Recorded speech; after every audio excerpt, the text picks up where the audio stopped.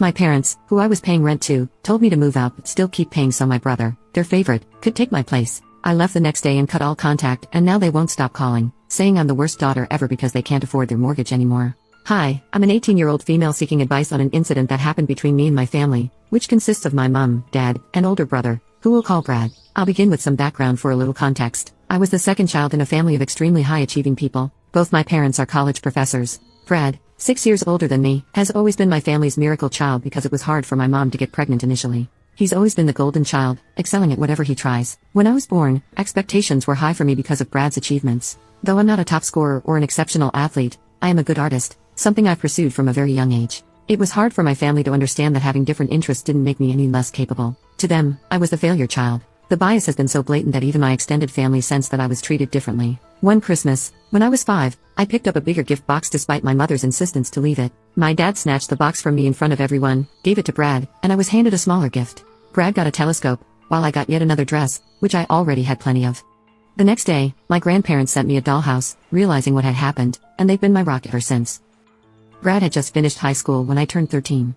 He got into a prestigious college and my parents decided to move us to a posh suburb. I wasn't thrilled, as this meant my grandparents would be farther away. Still, I had no say and went along. My parents saved money for Brad's education, and the new house was taken on a loan. Despite not being particularly close, I gifted Brad a watch with my saved-up pocket money to congratulate him.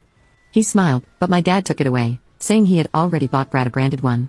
Brad didn't say anything, but I was heartbroken and decided to distance myself from them. Dinner was a nightmare every night, filled with endless praise for Brad and constant comparisons. I confided in my grandparents and asked to stay with them, but my parents refused, thinking I'd be spoiled. When I turned 14, instead of celebrating my birthday, my parents suggested I start working part-time to cover my expenses, citing the financial strain from buying the new house and supporting Brad.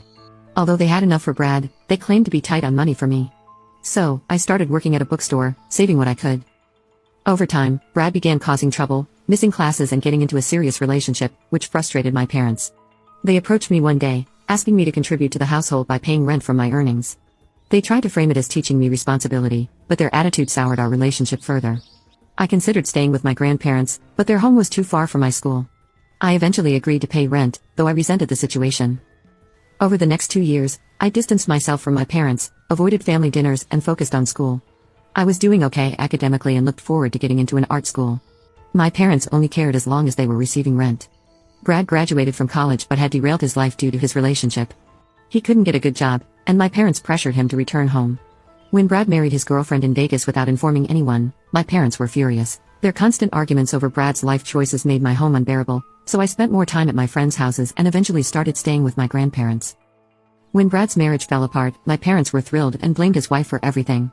They even asked me to pay for their trip to bring Brad back, which I refused. They found a way to bring him home, and suddenly, I was asked to move into the living room to give Brad my room. With my finals approaching, I was shocked they would even suggest such a thing. They claimed I could stay with my grandparents but would still have to pay rent since my things were still at their house. Brad didn't say a word in my defense. I couldn't believe how cruel my family was being, so I packed my things and left. I told them they could do whatever they wanted with the rest of my stuff because I wasn't paying them anything more. I called my grandparents, explained the situation, and moved in with them. They welcomed me with open arms and shielded me from my parents' attempts to ridicule me. As time passed, my parents' calls decreased, and I realized they didn't really care about me. I focused on my finals, passed with good grades, and applied to art schools. One day, I returned to my grandparents' house, only to find my parents waiting for me. Now you can watch the second part by pressing share and more.